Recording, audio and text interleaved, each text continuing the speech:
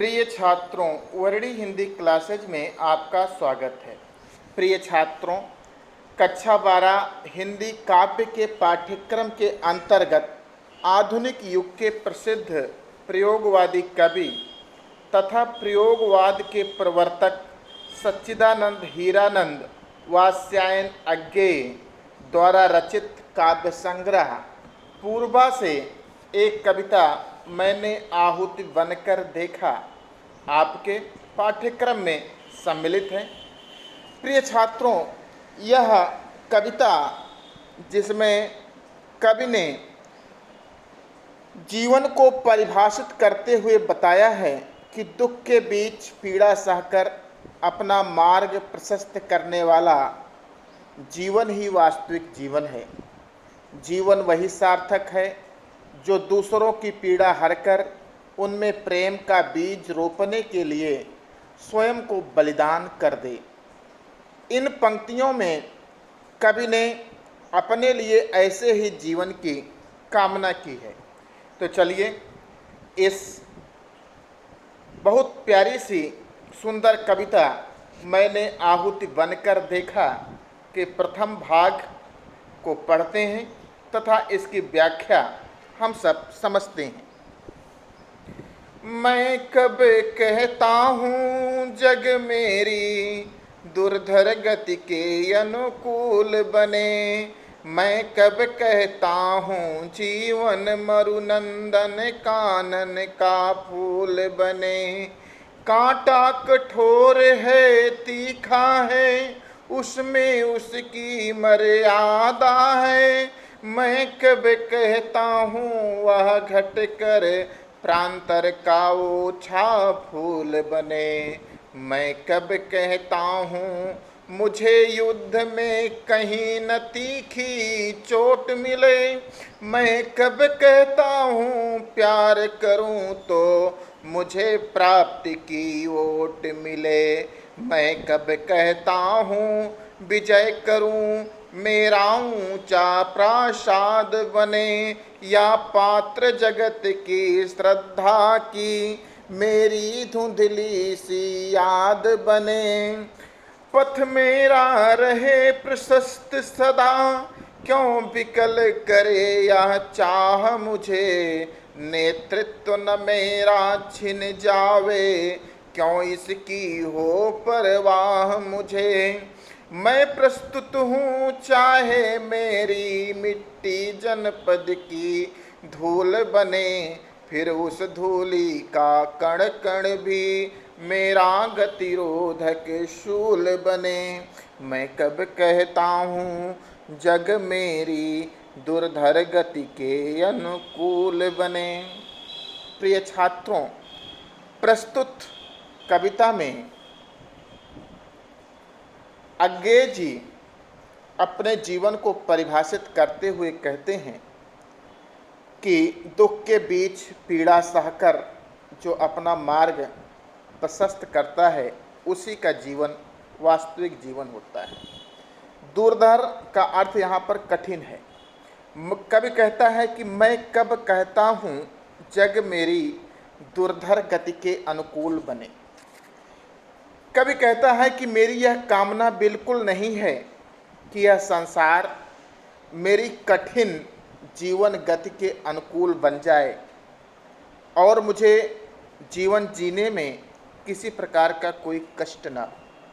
मैं कब कहता हूँ जीवन मरु नंदन कानन का फूल बने। नंदन कानन देवताओं का बगीचा होता है जिसके फूल कभी नहीं मुरझाते। जीवन मरु, अपना जीवन मरु जो जीवन रूपी मरुस्थल है। कवि कहता है कि मैं यह भी नहीं चाहता हूँ कि मेरा जीवन रूपी सूखा मरुस्थल, सूखा रेगिस्तान, देवताओं के उद्यान नंदन कानन के समान कभी न मुरझाने वाला पुष्पों से महक उठे या कभी न मुरझाने वाला पुष्प बन जाए।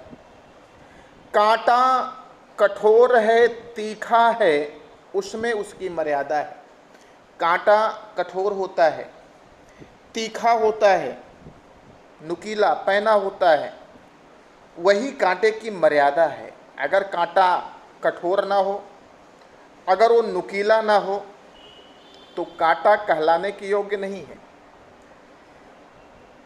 कवि कहता है कि जिस प्रकार से कांटे की श्रेष्ठता उसके कठोर और उसके नुकीलेपन में है, उसके तीखेपन में है, उसी प्रकार जीवन की मर्यादा भी उसके दुखपूर्ण होने में निहित है।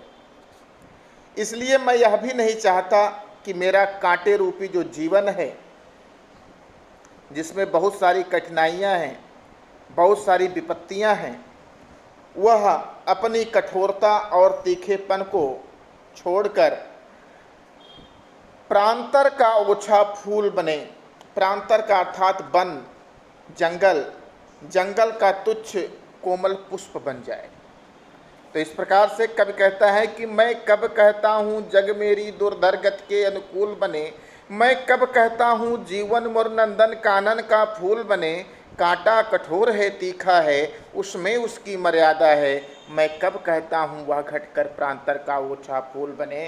कभी कहता है कि मेरी यह कामना बिल्कुल नहीं है कि यह संसार मेरी कठोर जीवन गति के अनुकूल बन जाए और मुझे जीवन जीने में किसी प्रकार का कष्ट न हो। मैं यह भी नहीं कहता हूँ कि मेरा जीवन रूपी सूखा रेगिस्तान देवताओं के उद्यान नंदन कानन में खिलने वाला, कभी न मुरझाने वाला पुष्प बन जाए। जिस प्रकार से कांटा की श्रेष्ठता, कांटे की श्रेष्ठता उसके कठोर और उसके नुकीलेपन में होती है, उसी प्रकार से जीवन की मर्यादा भी उसके दुखपूर्ण होने में निहित है। इसलिए मैं यह कभी नहीं चाहता कि मेरा कांटे रूपी जीवन अपनी कठोरता और नुकीलेपन को त्याग कर वन का तुच्छ कोमल पुष्प बन जाए। आगे कवि कहता है कि मैं कब कहता हूँ मुझे युद्ध में कहीं न तीखी चोट मिले। मैं यह भी नहीं चाहता कि मुझे इस जीवन रूपी युद्ध में कभी कोई चोट न मिले, कभी कोई जख्म न मिले। मैं कब कहता हूँ प्यार करूँ तो मुझे प्राप्त की ओट मिले।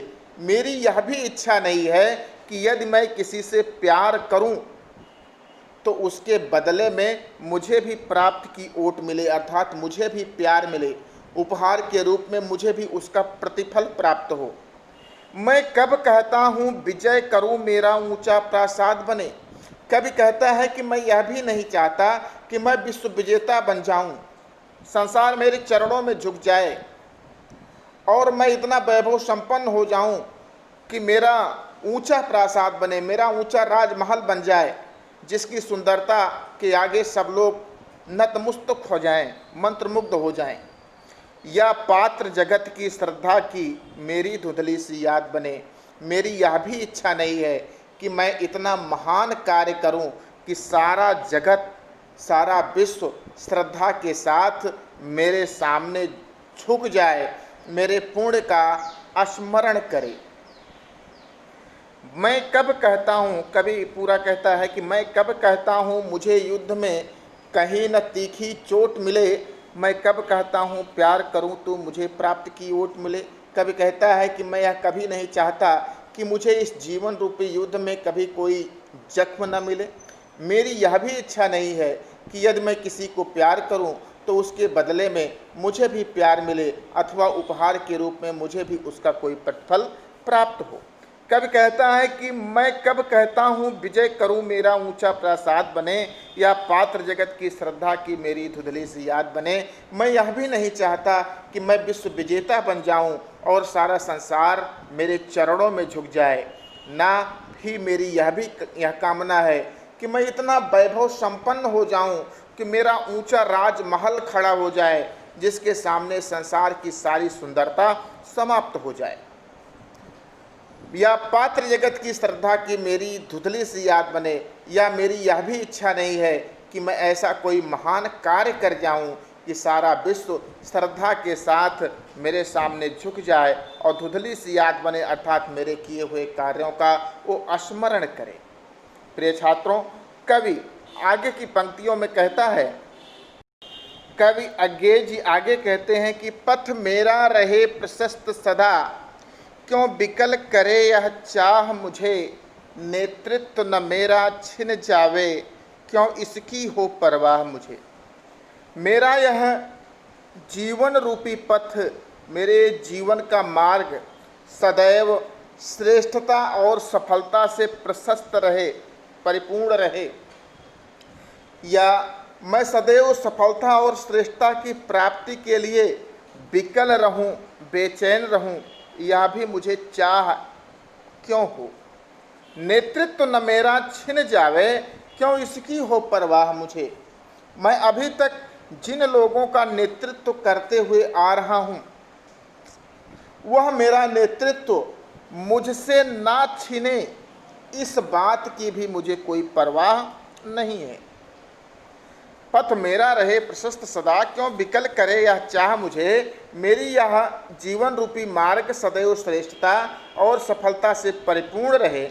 श्रेष्ठता की प्राप्ति करने के लिए मैं विकल रहूं, बेचैन रहूं, मेरी यह भी चाह नहीं है, मेरी यह भी इच्छा नहीं है।